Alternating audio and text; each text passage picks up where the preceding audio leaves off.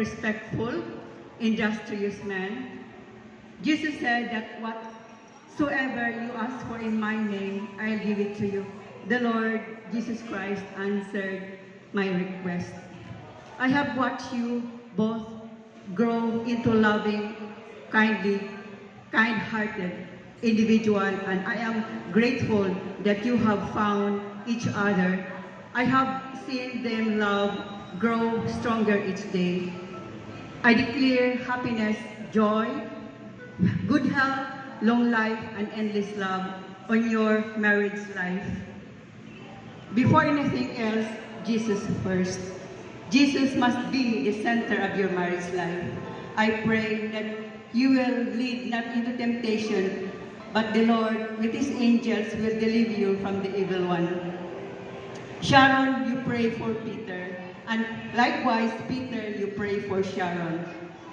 As a mother, I will be praying for both of you night and day, and God will protect you, bless you abundantly with wisdom, with favor and strength.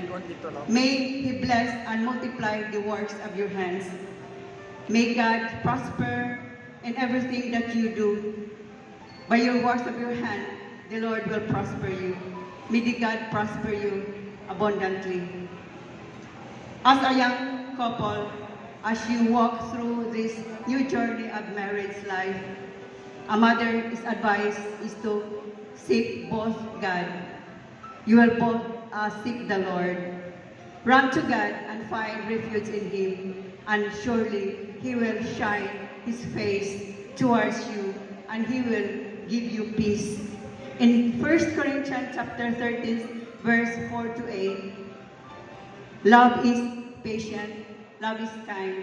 It is not envy, it is not boast, it is not proud, it is not rude.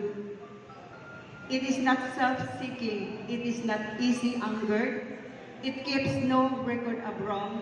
Love does not delight in evil, but rejoices in truth. It always protects, always trusts, always hopes, always perseveres. Love never fails. May God be with you, bless and bless you.